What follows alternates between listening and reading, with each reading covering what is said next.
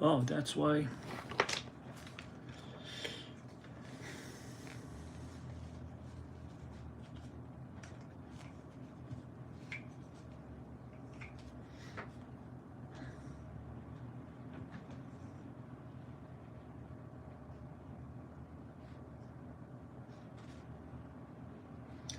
All right, I'm going to get started.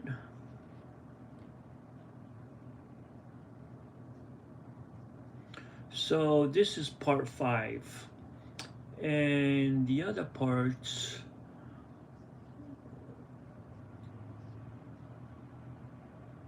part 1 through 4, have 1, 2, and 3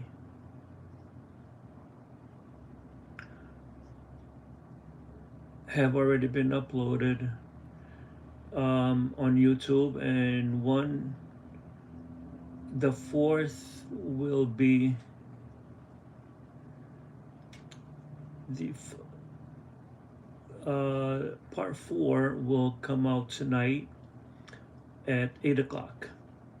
So this is part 5, and this the reason why I'm doing this video live is I find it to be very interesting, the occurrence of the assassinations of President or former President John F. Kennedy, Senator Robert F. Kennedy, and the Reverend Dr. Martin Luther King Jr. So, for over 50 years, the true circumstances surrounding the assassinations of President John F. Kennedy, Senator Robert F. Kennedy, and Reverend Dr. Martin Luther King Jr. have remained shrouded in mystery, conspiracy, and official secrecy. Each of these assassinations shocked the world and marked a pivotal moment in American history. Yet, the investigations into their deaths have long been surrounded by skepticism and doubt. The official accounts have raised more questions than answers, leaving many to speculate about hidden forces behind these tragic events. The assassinations of these three iconic figures occurred during a time of intense political, social, and cultural behavioral in the United States.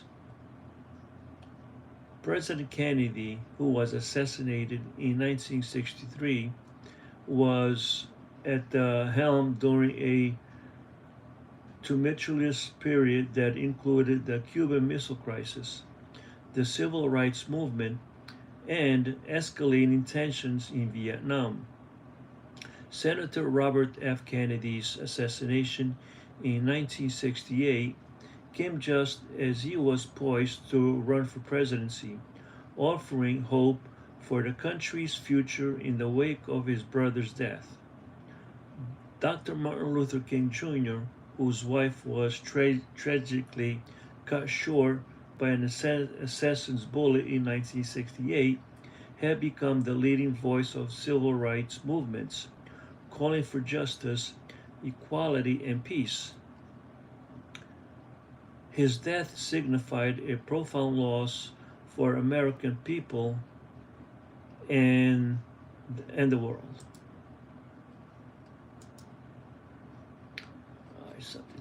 Okay, here we go. For decades, however, the official narratives surrounding these deaths have been mirrored in suspicious. The Warren Commission concluded that Lee Harvey Oswald acted alone in the assassination of President Kennedy, but many believe that Oswald was a mere pawn in a much larger conspiracy. Similarly, the assassination of RFK, committed by Sirhan, has been fraught with conflicting theories ranging from mental manipulation to political motives, and the true circumstances of Dr. King's assassination by James Earl Ray remain contentious. The involvement of potential conspirators such as government agencies, organized crime syndicates, and even foreign powers has remained a subject of intense debate.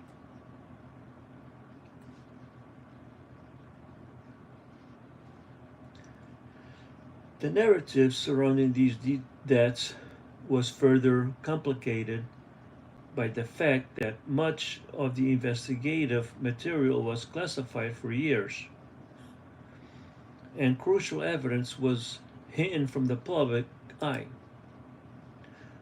Documents records document records and testimonies that could shed light on the true forces at play were locked away in government vaults, adding fuel to the fire or conspiracy theories. Many believe that the government was pur- purposefully hiding critical information to protect powerful figures or institutions.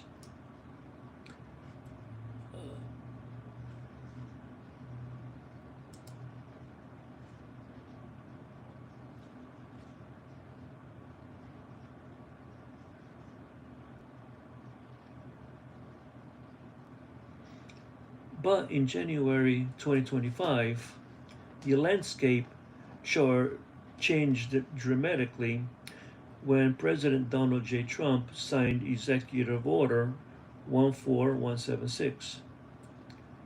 This groundbreaking order mandated the declassification and public release of thousands of documents tied to the assassinations of JFK, RFK, and Dr. King. For the first time, the public was given access to a wealth of previously withheld information, further complicating the narrative but also offering new insights into the investigations and events surrounding these deaths. The release of these documents has raised even more questions than answers, revealing that new connections and raising suspicions about possible cover-ups.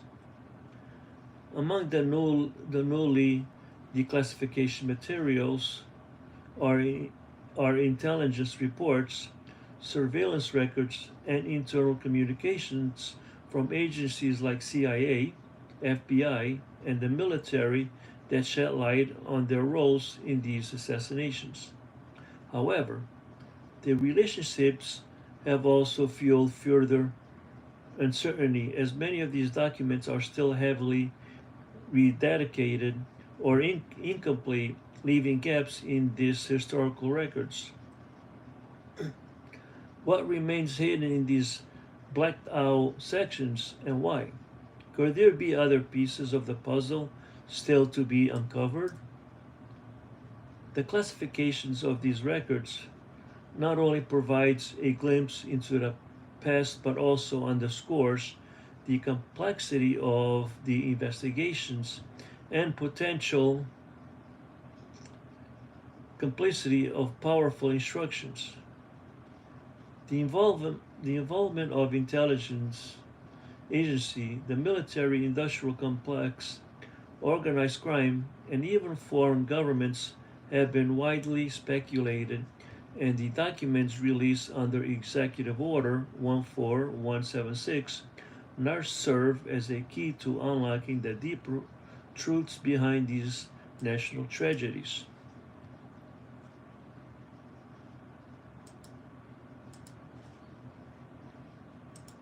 However, while the release of these records represents a significant step towards transparency, it is clear that the full story of these assassinations may never be known.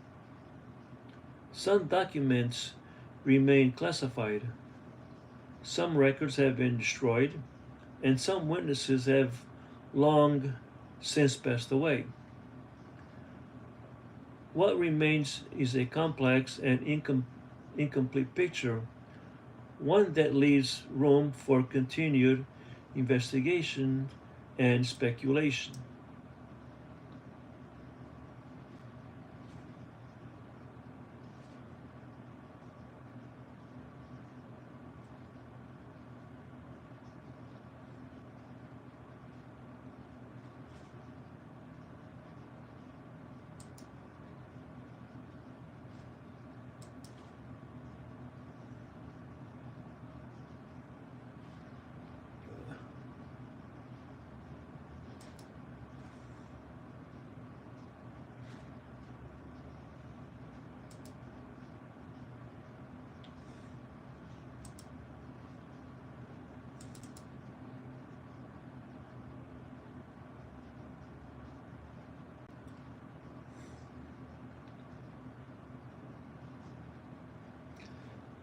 All right, continue on.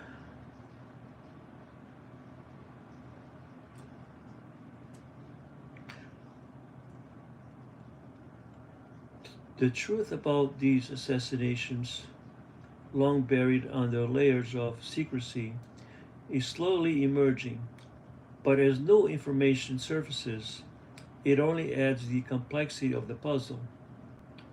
Was it the work of lone individuals, or was there a coordinated effort by powerful groups? What exactly did these newly declassified documents reveal, and how much more is still hidden from the public view? As these investigations continues, the more records are released, one thing is clear.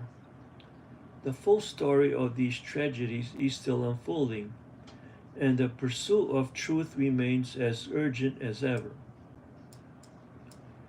For more than half a century, the assassinations of President John F. Kennedy, Senator Robert F. Kennedy, and Reverend Dr. Martin Luther King Jr. have been shrouded in mystery, sparkling countless theories and debates. The official narrative suggests that each of these iconic figures was killed by a lone gunman, Lee Harvey Oswald, Sirhan Sirhan, and James Earl Ray, respectively, but the events surrounding their deaths have never fully convinced the public. Instead, many believe that there were more powerful forces at play, orchestrating these tragic moments from behind the scenes.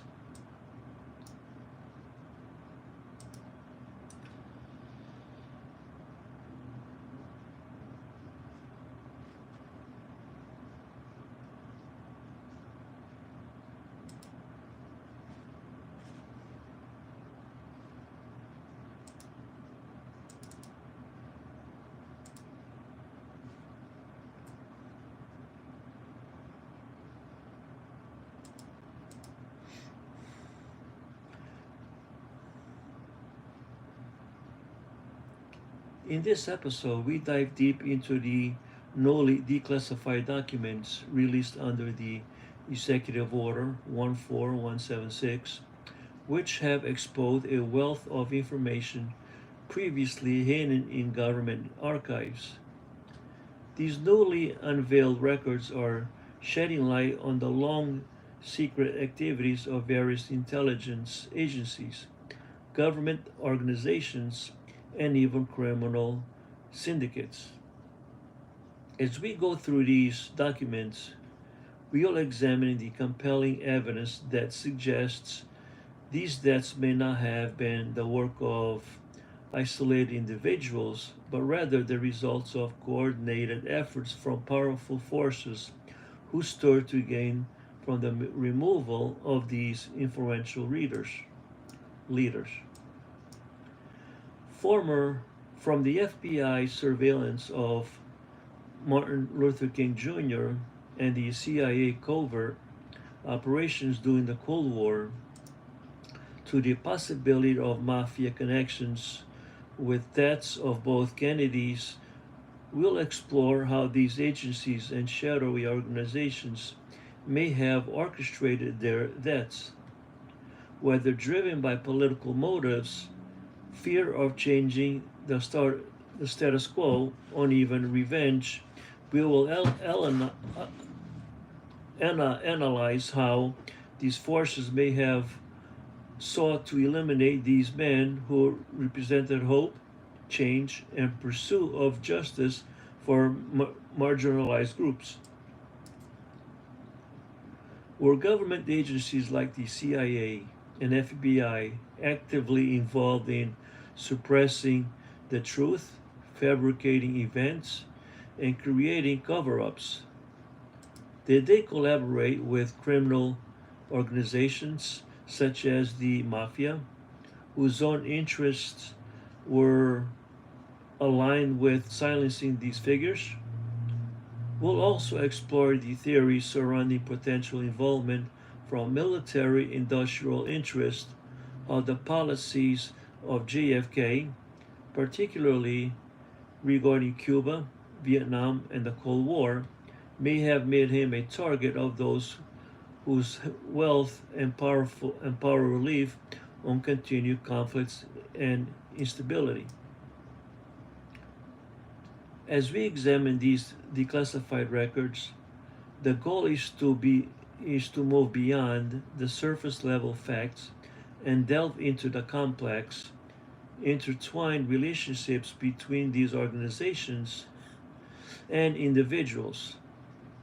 We'll analyze the roles played by intelligence operatives, political figures, and other key players who may have contributed to the political assassinations in 1960s, including the shocking possibility that these deaths were not merely isolated acts of violence but a part of far-reaching conspiracy.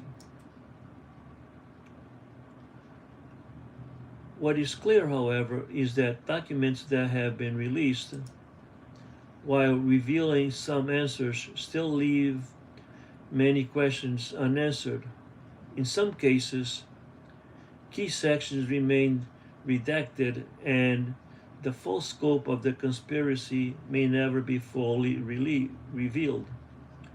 As we explore the content of these documents, we will look for clues to pieces together a more complete picture, one, one that includes the hidden forces that may have manipulated events from the shadows.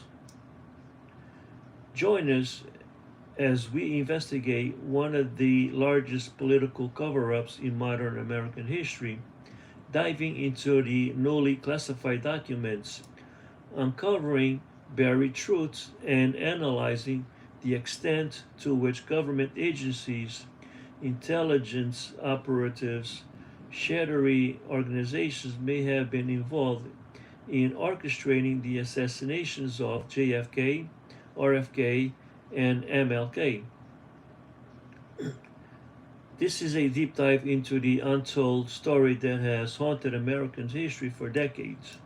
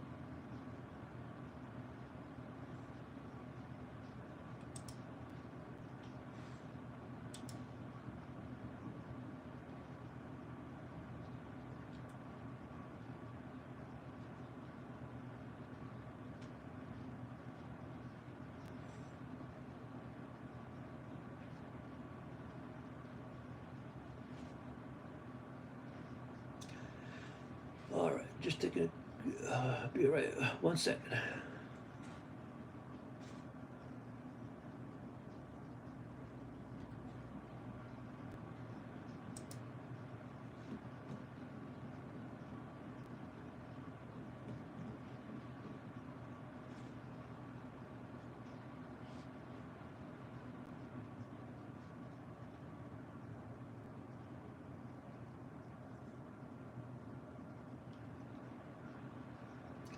So just bear with me for a minute or two.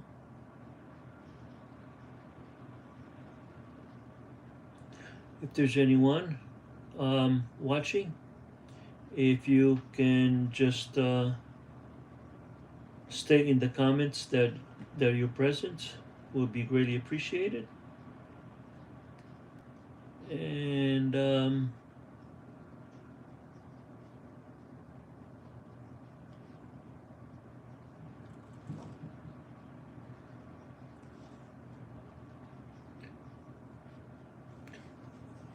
okay, let me see.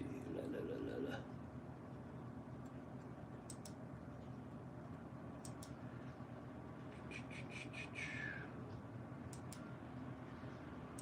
Okay.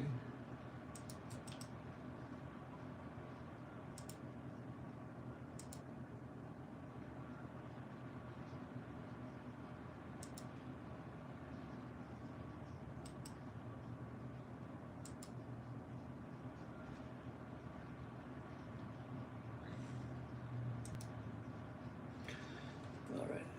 Let me read a couple more. Among the most scrutinized suspect in the assassinations of President John F. Kennedy, Senator Robert F. Kennedy, and Reverend Dr. Martin Luther King Jr. are the very agencies sworn to protect the nation, the CIA, and the FBI. These agencies, whose mission is to safeguard national security and uphold the rule of law, have been implicated in numerous conspiracy theories surrounding these high profile killings.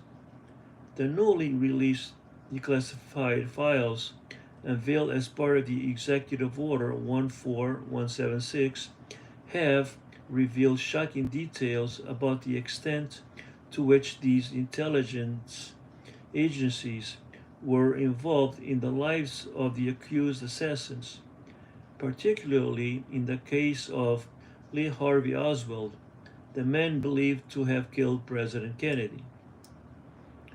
For decades, the official narrative has suggested that Oswald acted alone when he assassinated President Kennedy on November 22, 1963. From the Texas School Book Depository in Dallas. However, new evidence now suggests that Oswald may have been under the watchful eye of the CIA long before the tragic day, raising the question, was Oswald simply a lone gunman, or was he being watched, manipulated, or even orchestrated by powerful figures within the government or intelligence community?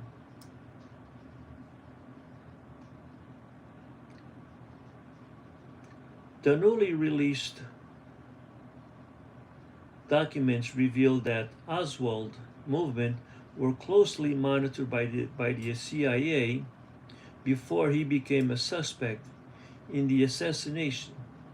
His time spent in the Soviet Union in 1959, his later return to the United States, and his interactions with various political figures were all meticulously tracked. The CIA was aware of Oswald's activity, including his attempts to defect to the Soviet Union and his pro-Castro sympathies. These revelations are significant because they raise the question of whether the CIA was merely monitoring him due to his ideological beliefs and his interest in communist causes, or if they were actively involved in manipulating or controlling him.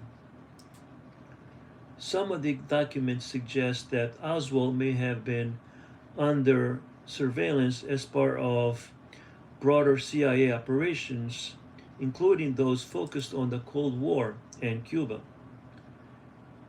During the period, the U.S. government was deeply concerned about the spread of communism and the influence of Soviet Union, and Oswald's actions could have made him a convenient pawn in the CIA's larger geopolitical strategy.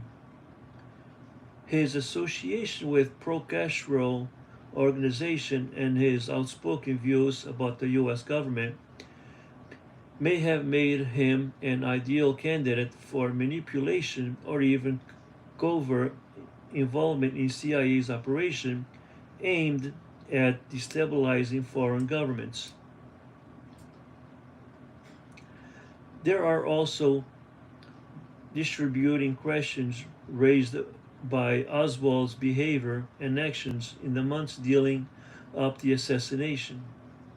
According to some of the newly declassified documents, there were inconsistencies in the CIA's knowledge of Oswald's whereabouts, especially in the period leading up to the assassination.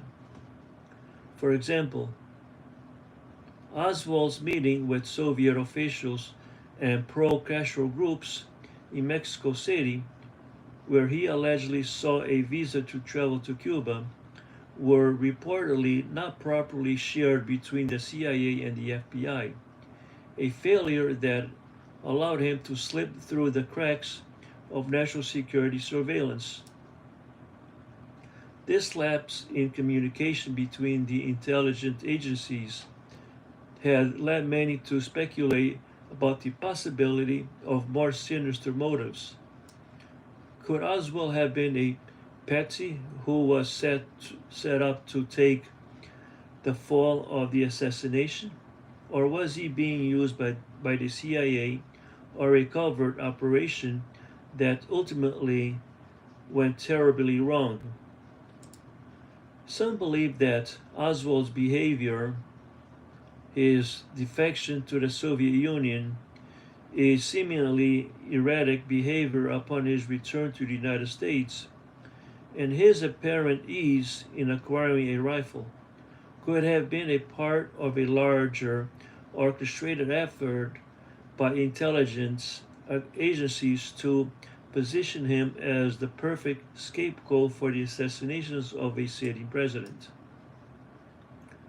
One of the most chilling questions surrounding this theory is whether Oswald was truly acting of his own violation or whether he was under some form of manipulation, coercion, or even mind control. Historically, evidence showed that the CIA was deeply involved in various psychological operations, psyop, during the Cold War, and some suggested that Oswald may have been a victim of such operation. The CIA's infamous MK program, which sought to explore mind control techniques, raises further suspicions.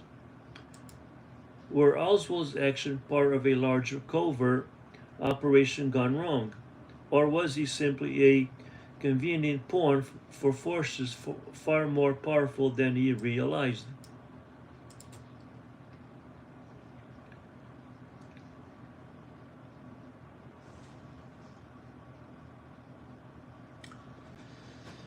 Okay.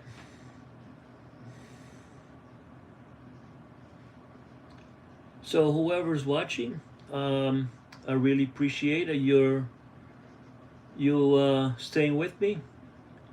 And if you just want to say, oh, okay. Hello there, Michael. Michael Alfano. Thank you for stopping by. And I really appreciate. If you have any thoughts, let me know. This is pretty interesting. So let me continue. Additionally, the CIA's role in the assassination have been a topic of intense scrutiny, particularly because of the agency's operation in Cuba. its ties to anti-Castro Cubans, and its role in U.S. foreign policy during the Cold War.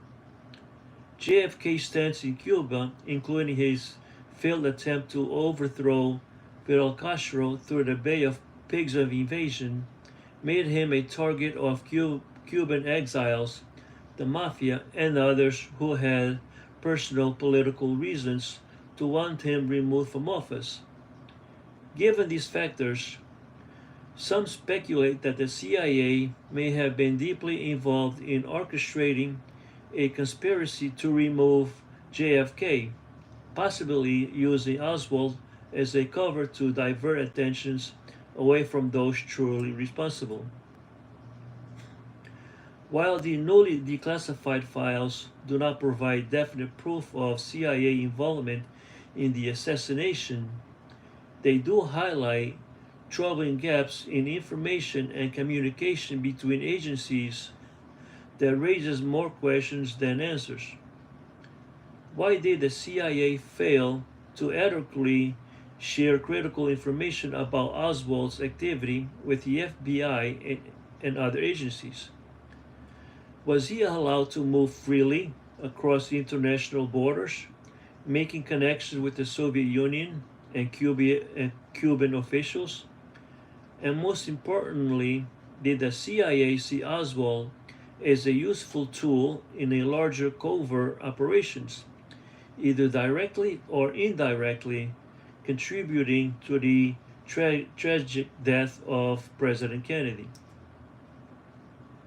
These questions remain at the heart of ongoing investigations into the assassination, and the newly released documents provide crucial pieces of puzzle. While they may not definitely answer whether Oswald was manipulated or controlled by the CIA, they undeniably suggest that the intelligence agency had a far deeper, more complex involvement in Oswald's life than the official narrative has ever acknowledged. Okay, let's see who else is it here. Cool. All right. So whoever's there, I want to see one person here, and I thank you for keeping up. If you can share this video, this live stream, we greatly appreciate it, so we can get more people involved, and the more people, the better. They can hear what's going on, and with these assassinations that occurred in the 60s, 68s, 1968, 1970s. With these assassinations, it's pretty interesting. As we examine these newly declassified documents and continue to search for answers, one thing is clear. The truth behind the assassination of President Kennedy and the potential involvement of government agency, intelligence operations, and shadowy organizations remain a mystery. What role did the CIA play in the death of JFK, and how far were they willing to go protect their interests? These are questions that continue to haunt history, and they will likely remain unanswered until all of the relevant documents are fully disclosed. Then there's the FBI, led by J. Edgar Hoover, a man whose influence and control over the agency were absolute, and whose actions have come under increasing scrutiny in the years following the tragic deaths of President John F. Kennedy, Senator Robert F. Kennedy, and Reverend Dr. Martin Luther King Jr. Hoover, the longtime head of the FBI, is known not only for his notorious surveillance and intelligence operations, but also for his deeply personal animus towards certain figures, particularly Dr. King and the Kennedy brothers. Hoover's actions have become the focal point of an ongoing investigation into the role of the FBI may have played, either directly or indirectly, in these political assassinations. In the case of Dr. King, Hoover's animosity was well documented and went far beyond the political responsibilities of an FBI director. Hoover, Hoover saw King as a dangerous and subversive figure, not just because of his outspoken advocacy for civil rights, but because of his growing influence as a leader who could rally the American people for profound social and political change. The fact that Hoover's FBI went into extreme lengths to monitor, discredit, and undermine Dr. King through covert operations is chilling evidence of just how far Hoover was willing to go to protect the status quo. These operations, many of which were part of the infamous COINTELPRO counterintelligence program, were designed to destroy the reputations of political and social leaders whom Hoover and the FBI considered threats. COINTELPRO was a secret FBI program that sought to surveil, infiltrate, and disrupt civil rights organizations, anti-war groups, and left-wing activists during the 1960s. Dr. King, as the most prominent civil rights leader of the time, was the center of the FBI surveillance efforts. The declassification COINTELPRO documents, which have now come to light, reveal the extent of the FBI's campaign against the King. The Bureau engaged in wiretaps, eavesdropping, and the use of information to gather information on King and his associates. They also attempt to manipulate King's inner circle, sowing distrust and division within the civil rights movement.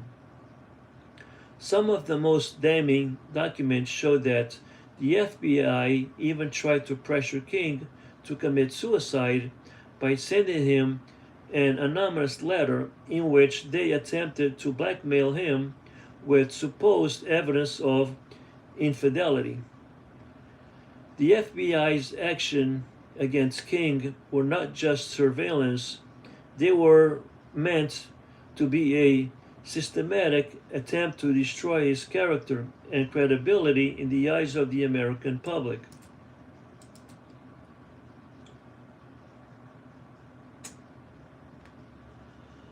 All right, so far so good. We're not even halfway. Maybe I should make this part two, a two-part. What do you think? Should I make this a part two? Let me know who's watching. Whoever's watching, just give me a sign or say part two or read the whole thing. That would be appreciated. Anyway, continue on. However, oh, and by the way, so this is part 5 if you tuned in late. So I have already posted part 1, 2, and 3 on my channel, and part 4, which gets pretty deep too.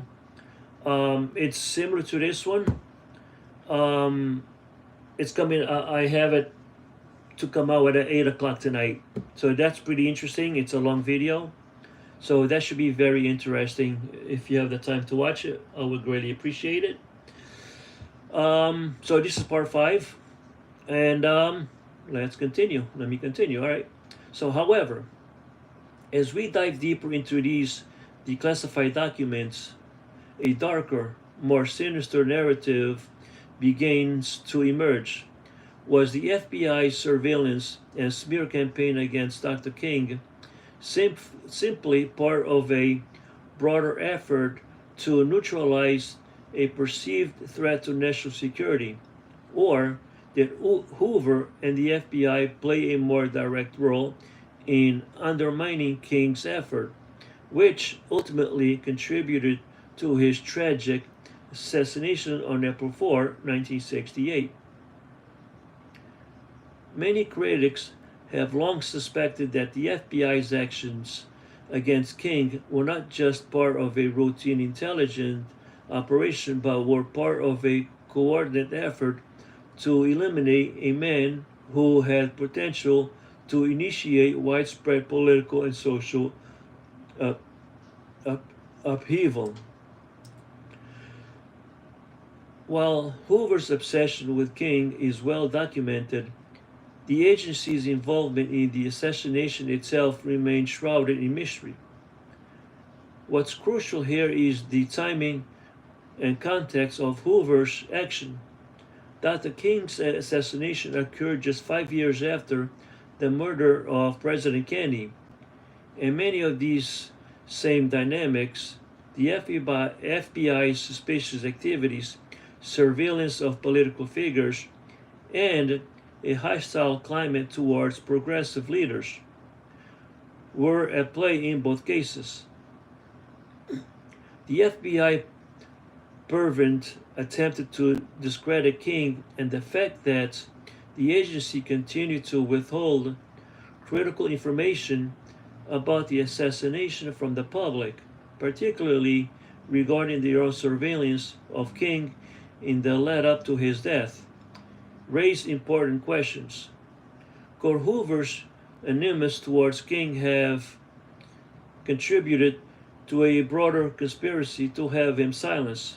Or was the FBI simply complicit in the largest web of forces that sought to eliminate those who stood in oppositions to the establishment?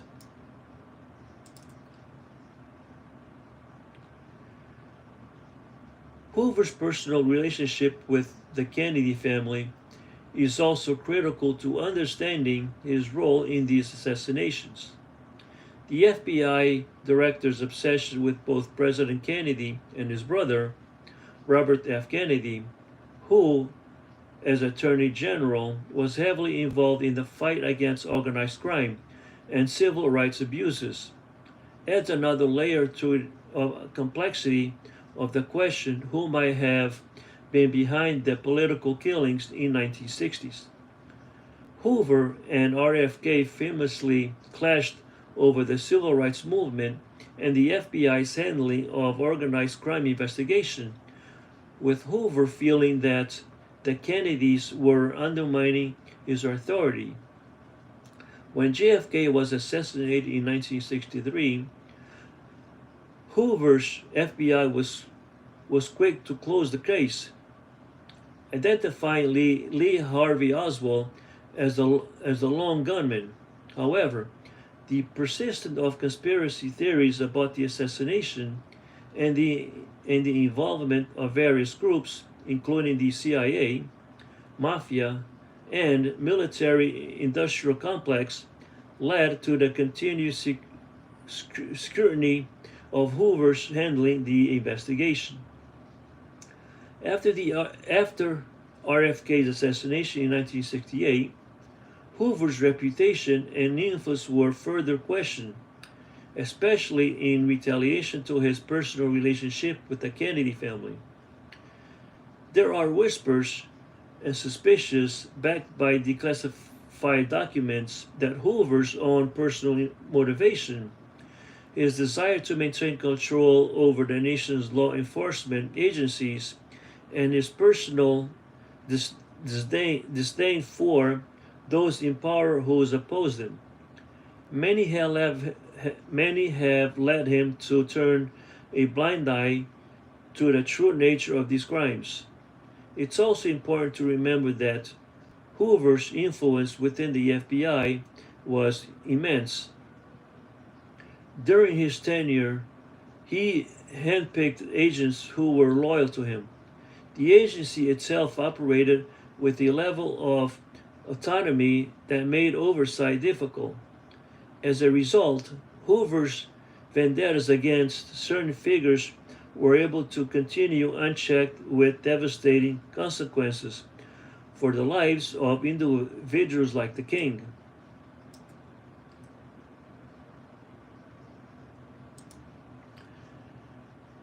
All right. Um, I hope you're finding this interesting.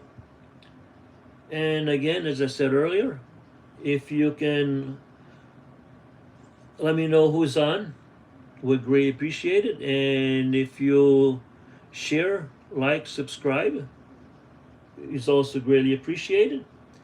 So if you, I was hoping you can share it so more people can come on. Will be appreciated.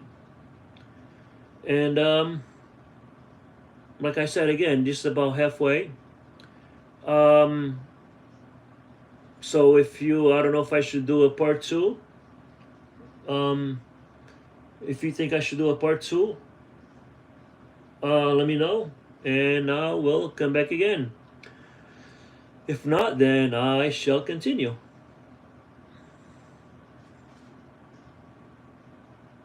So, declassified COINTELPRO documents not only highlighted Hoover's direct interference in the king's life, but also provided a broader context for understanding the FBI, culture surveillance, and the harassment in 1960.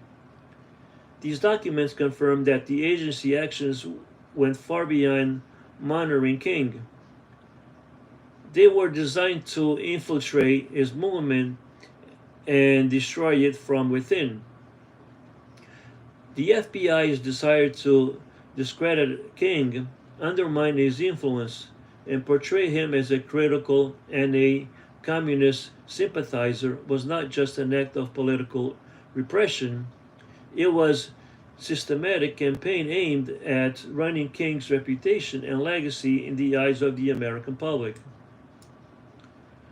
But what remains most chilling about these revelations is the possibility that the FBI's actions were not just aimed at neutralizing King as a political force, but that they were also part of a larger, coordinated effort to silence a generation of political leaders who challenged the status quo. Was the FBI simply a tool of the establishment, or did it play a more direct role in the orchestration of political violence in the 1960s?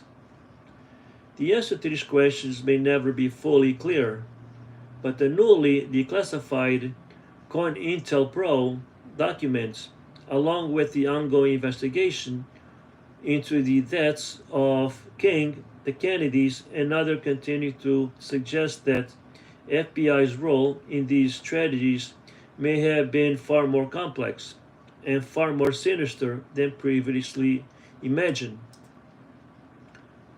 The mafia's deep resentment towards President John F. Kennedy and his brother, Attorney General Robert F. Kennedy, is a well-documented chapter in the history of organized crime in America.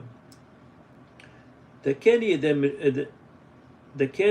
administration's aggressive stance on cracking down on organized crime in the early 1960s created a potent and dangerous adversary in the form of the mafia. This ongoing battle between the Kennedy's brothers and the criminal underworld would set the stage for dramatic events surrounding the assassinations of both JFK and RFK, fueling numerous theories about mafia involvement and potential conspiracies. However, as we explore the possibility of mafia involvement, the question becomes not just whether the mob acted alone, but whether it was collaborating with other powerful forces, including government agencies or foreign entities, in orchestrating these high-profile murders. So let's look at number one, the JFK's crackdown on the mafia. One of the primary reasons for the mafia's animosity toward JFK was his administration's aggressive effort to combat organized crime. As president, JFK had appointed his brother, Robert F. Kennedy, as the Attorney General, and Robert immediately became a fierce adversary of the mafia. Under the RFK leadership, the Justice Department intensified investigations into the mob activities, targeting the major organization crime families in the United States. The Kennedy brothers were especially focused on the influence of the mafia in key cities like Chicago, New York, and Las Vegas, where crime families had long operated with impunity. Robert F. Kennedy's zealous pursuit of organized crime made him a target of the mafia, which saw him as a threat to their operations. RFK's effort led to prosecution of high-ranking mobsters, and the U.S. government successfully convicted and imprisoned several notorious mafia figures, including individuals like Jimmy DeGent, Burke, and others linked to the infamous Luciano and Gambino crime families. The mafia's relationship with the Kennedys soured even further when RFK, determined to rule out corruption, also targeted mob connect unions and businesses, actions which struck a very heart of mafia operations. One of the most significant flashpoints between the Kennedy and the mafia was the investigation into the mobs tied to the labor unions, particularly those connected to the Teamsters under Jimmy Hoffa. Hoffa, a powerful union leader who had deep ties to organization crimes, was one of Kennedy's administration's key targets. RFK, determined to bring Hoffa down, intensified the animosity between the Kennedys and the mafia. Hoffa, along with numerous other mob figures, became increasingly hostile towards the Kennedys, viewing them as existential threats to their criminal empire.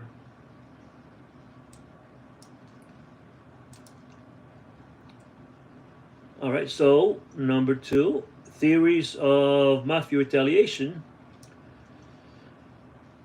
Given the Kennedy's brothers' all-out of war on the mafia, it's not surprising that various conspiracy theories have emerged, suggesting that the mafia may have played a central role in the assassinations of JFK and RFK. Many believe that the mafia, in retaliation of the Kennedy's crackdown, orchestrated the deaths of both brothers in order to protect their criminal enterprise from further exposure and protection. The theory that the mafia was involved in JFK's assassination primarily revolves around the idea of a mob conspiracy to eliminate a threat of its operations. Some point to the fact that in the months leading up to the Kennedy's death, the president had angered a variety of mafia figures. The most significant event fueled this theory is the failed Bay of Pigs invasion of Cuba in 1961, where mafia figures were allegedly involved in providing support to Cuba's exile. Many mafia families had invested heavily in Cuba under the rule of dictator Fulgencio Batista, and the after Fidel Castro covert operations and the subsequent impositions of a blockade was seen as a betrayal by these criminal syndicates. Moreover, there is evidence suggesting that the mafia had possible links to Lee Harvey Oswald, the man accused of shooting JFK. Some researchers argue that Oswald's connections to figures in the mafia, such as Jack, Jack Ruby, who killed Oswald before he could stand in trial, suggested that the killing was more than a random act by a lone gunman. These theories speculated that the mafia, angered by JFK's policy, could have manipulated Oswald or even orchestrated the entire assassinations.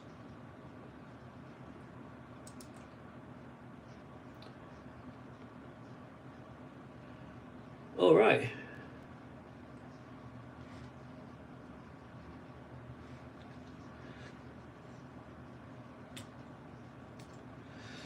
Okay, so moving right along. So, number three, the RFK assassination and the mafia. The theory that the mafia was responsible for RFK's assassination is even more pronounced. Robert F. Kennedy, as the Attorney General, was a major adversary of the mafia, and his assassinations on June 5, 1968, came just 5 years after his brother's death. Many within the mafia saw RFK as a personal enemy who had ruined their ability to operate freely. The circumstances surrounding RFK's murder, along with the identity of the alleged assassins, Turan, have raised questions about whether the killing was the work of mafia or a larger conspiracy. Sirhan, a Palestinian Arab, claimed that the killing of RFK was of his pro-Israel stance. However, some researchers pointed to inconsistencies in Sirhan's confession and behavior that raised doubts about the true nature of his motivations. They suggested that Sirhan could have been a pawn in a larger conspiracy, potentially manipulated or even mind controlled by others to take the blame for a mafia plot. If the mafia was involved in the assassination of RFK, it would have been a clear message to those there to take on the criminal empire, as well as chilling act of retribution against the men who had worked so tirelessly to dismantle their operations. So, number four, the mafia and government agencies, a dangerous alliance. Well, the mafia role in the assassination of the JFK and RFK has been widely speculated. Another layer of complexities emerges where consideration whether the mafia acted alone or in concert with other powerful forces. One of the most troubling theories in that the mafia did not act independently but instead worked with intelligence agencies like the CIA and FBI, who had their own motives for wanting the Kennedy brothers out of the way. In particularly, the CIA involvement in covert operations in Cuba, Latin America, and other parts of the world is often cited as potential link between the agency and the mafia. The CIA's long-standing partnership with organized crime figures, particularly in their efforts to overthrow Fidel Castro, is well documented. The mafia's connections to Cuban exiles and their shared desire to see Castro overthrown created a convergence of interest between the two groups. If the CIA, in its covert efforts against Cuba, sought to eliminate the Kennedy brothers because they were perceived as being too weak on Cuba or too committed to investigating intelligence agencies, it is conceivable that the mafia could have been enlisted as an ally. Furthermore, some suggest that CIA clandestine operations, which often crossed ethical and legal lines, may have had overlapping interests with those of the mafia. The notion of a covert alliance between these two powerful entities, one with immense reach within the United States and the other with deep ties to organization crimes, adds a new layer to intrigue to the question of who was really behind the assassination of JFK and RFK. Where the mafia's action is killing the Kennedy brothers driven purely by revenge, or were they encouraged or even assisted by intelligence agencies that saw the Kennedy brothers as obstacles to their own hidden agenda? John F. Kennedy's decision to abandon the Bay of Pigs invasion remains one of the most contentious and pivotal moments in his presidency. The decision not only embarrassed the United States on the world stage, but also enraged a number of key groups that had a vested interest in overthrowing Fidel Castro's communism regime in Cuba.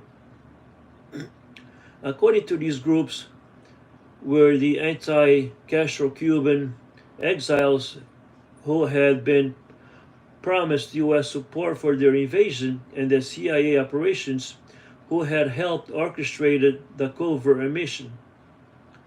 The aftermath of his failed operations, which ended in a humiliating defeat for the exiles and the CIA, left deep scars and created a climate of resentment and bitterness. Some conspiracy theories suggest that these groups, motivated by a sense of betrayal and revenge, may have had the means and the support to carry out drastic response to what they saw a fundamental betrayal by the Kennedy administration, potentially even orchestrating the assassination of President Kennedy. So, the Bay of Pigs invasion, background and failures. In 1961, President F. Kennedy approved a covert plan that had been initiated by two Eisenhower administration. The invasion of Cuba by a group of anti-Castro Cuban exiles. The idea was to provoke an uprising among the Cuban population to overthrow Fidel Castro, the communist dictator who had taken control in Cuba in 1959. The operation was planned by the CIA and was meant to be a quick, decisive blow that would rid of Cuba communist government and possibly spark a wider rebellion. However, the Bay of Pigs invasion quickly turned into a disastrous failure. The exiled Cuban figures, trained and equipped by the CIA, landed at the Bay of Pigs on the southern coast of Cuba, only to be met with fierce resistance from Castro's force. The U.S. government had planned to provide air support for the exiles to prevent Cuba counterattacks. But Kennedy, who had recently taken office, had made the controversial decision to pull back U.S. air support at the last minute. Without air cover, with insufficient ground support, the exiles were swiftly defeated. Within 72 hours, the invasion was in ruins, and nearly 1,200 anti-Castro exiles were either captured or killed. The aftermath of the Bay of Pigs invasion was publicly embarrassment for the Kennedy, who had to act responsibility for the failure. It also sowed distrust and resentment within the Cuban exile community, many, many of whom felt betrayed by the administration failure to provide promised support. The CIA, too, was left reeling from the disastrous outcome as the failure of the operation exposed its lack of control over the situation and further eroded the public's trust in the agency.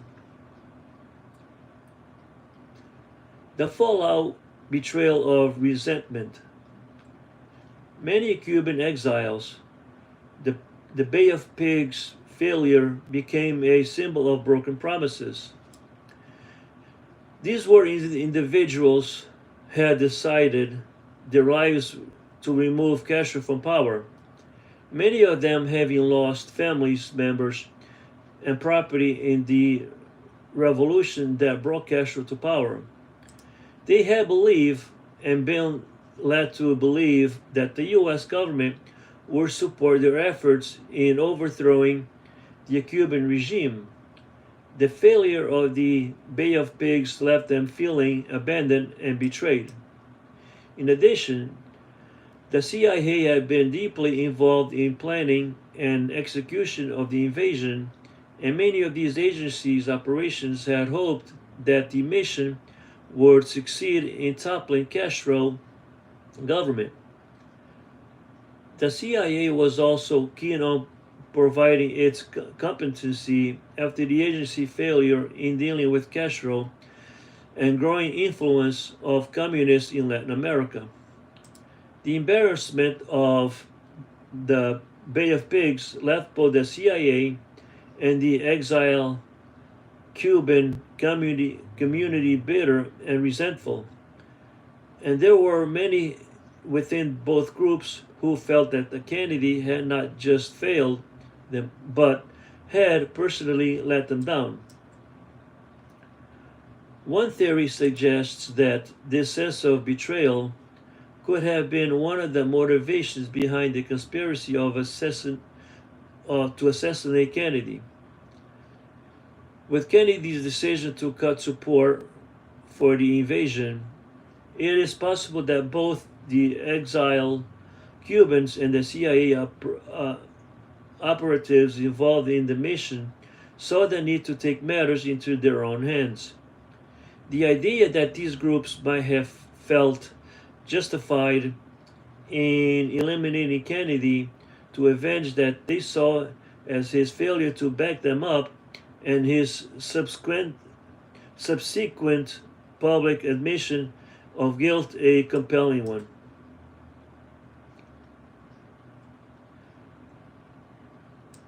All right, it's still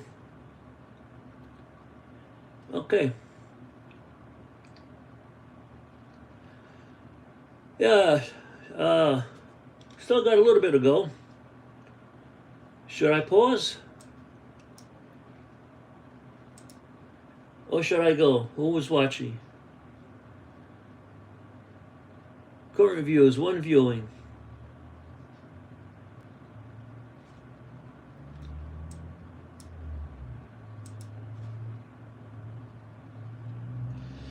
So, I'm going to go for a few more minutes, and then I'll end. I'll end and I'll continue later. So I got 3, 4, 5. Okay, I'll do that. I'll read 3, 4, and 5, then I'll stop there. So the Cuban exiles who had been involved in the Bay of Pigs invasion were not merely passive victims of a failed operation. They were deeply committed to the cause of removing Castro from power. Many of them had lost everything in the Cuban Revolution, including their homes, business, and families, as they saw the overthrow of Castro as a personal mission. To them, Kennedy's failure to support the invasion was not just a political blunder, it was a betrayal of their cause. By the early 1960s, many of these exiles have formed powerful networks, some of which were intertwined with the U.S. intelligence agencies. These networks had access to considerable resources, including weapons, intelligence, and logistical support, and some believed that they could still bring about Castro's downfall. This time, through more extreme measures, Kennedy's actions, particularly the abandonment of the Bay of Pigs invasion, left these groups with a burning desire for revenge, and some believe that this desire could have motivated them to take violent actions against, against the president. One of the most persistent theories in conspiracy circles is that the Cuban exiles, working with the mafia and possibly CIA, conspired to assassinate Kennedy as punishment of his failure to support them. The mafia, which had its own animosity towards Kennedy due to his brother's effort to crack down on organized crime, had deep ties with Cuban exiles, groups who were also angry at Kennedy. These exiles had the motivation and, crucially, the means to act against the president. The CIA's involvement with Cuban exiles extended well beyond the Bay of Pigs invasion. In the years following the invasion, the CIA continued to fund the support Cuban exile groups in their attempts to overturn the Castro.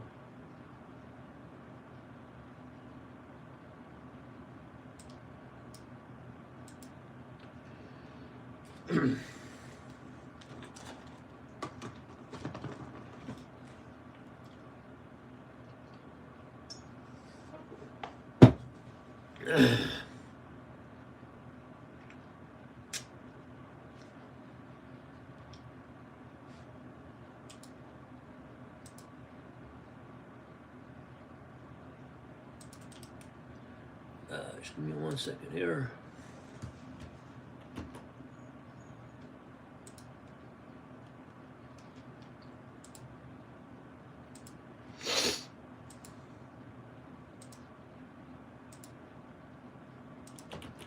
Ah.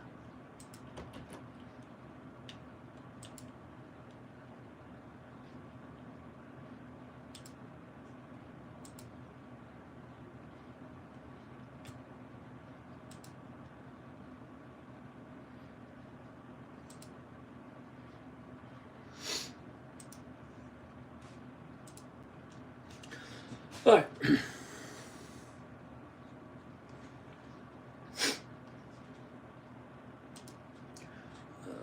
let me see.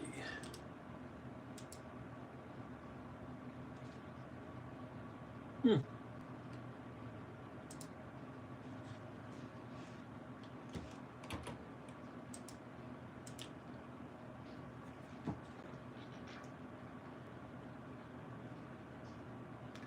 One second. Okay. All right. Okay, let's continue.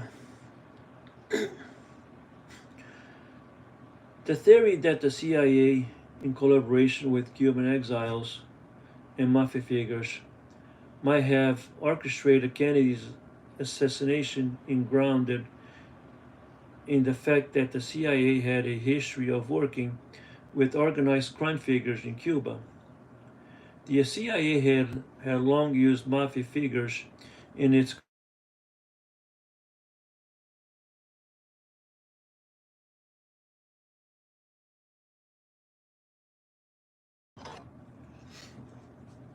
sorry about that.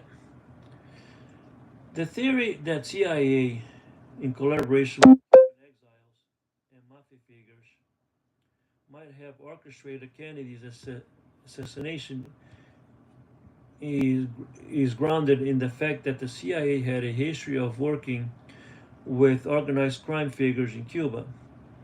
The CIA had long used mafia figures in its covert operations to overthrow Castro, relying on them for everything from intelligence gathering to sabotage operations. After the Bay of Pigs debacle, some of these same exiles of mafia figures might have seen Kennedy as a threat to their cause, and with access to necessary resources, they could have potentially carried out a plot to remove him from power. Moreover, the CIA continued efforts to undermine Castro and its dissatisfaction with Kennedy's handling of Cuba, especially his stance on the Cuban Missile Crisis, may have contributed to a growing sense of urgency and resentment within the agency.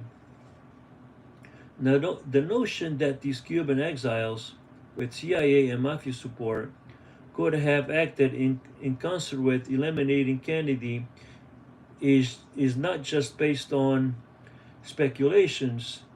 There are numerous accounts of covert operations involving Cuban exiles. The Mafia and the CIA during this period, some of which involved attempts to assassinate Castro himself. The idea that the Cuban exiles, CIA operations, and Mafia figures were involved in a broader conspiracy to assassinate JFK, one of that has endured for decades. While there is no exclusive evidence to provide this theory, the potential collaboration between these groups, untitled by their resentment towards Kennedy policies and the failure of the Bay of Pigs invasion, cannot be easily dismissed. The assassination of President Kennedy was not even the act of lone gunmen, but the culminating of a complex web of motivations, betrayals, and secret alliance, many of which trace back to the deeply contentious events surrounding the Bay of Pigs invasion. Ultimately, whether or not the Cuban exiles and their CIA backers were directly involved in Kennedy's assassinations remain a question that haunted investigators and conspiracy theorists for over a half a century. But what is clear is that the Bay of Pigs invasion and its disastrous outcome left a devastating legacy of anger, mistrust, and desire for revenge, for which could have played a significant role in the tragic events on November 22, 1963. Lee Harvey Oswald, Sirhan, and James Earl Ray, three names that have been etched into the annals of history as the lone gunmen responsible for three of the most shocking political assassinations of the 20th century. Oswald is accused of killing President John F. Kennedy. Sirhan of assassination Senator John F. Kennedy, and Ray of taking the life of Reverend Dr. Martin Luther King Jr. For decades, the official narrative has painted them as lone individuals acting on their own, driven by personal motives. However, the newly declassified documents providing a chilling perspective, one of them suggested these men may have been set up as a scapegoat, manipulated or coerced into committing their crimes, or even framed by powerful figures with much more to hide. So, I'm going to stop here. And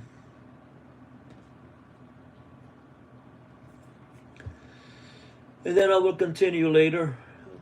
Continue the second half of I'll continue the second half tomorrow. Continue this half tomorrow.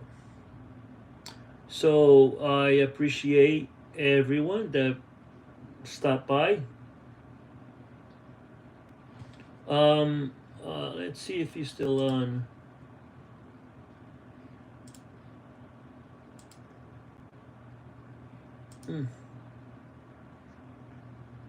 I think he's still on. Right, Mike? You still on? You still participating? What do you think so far?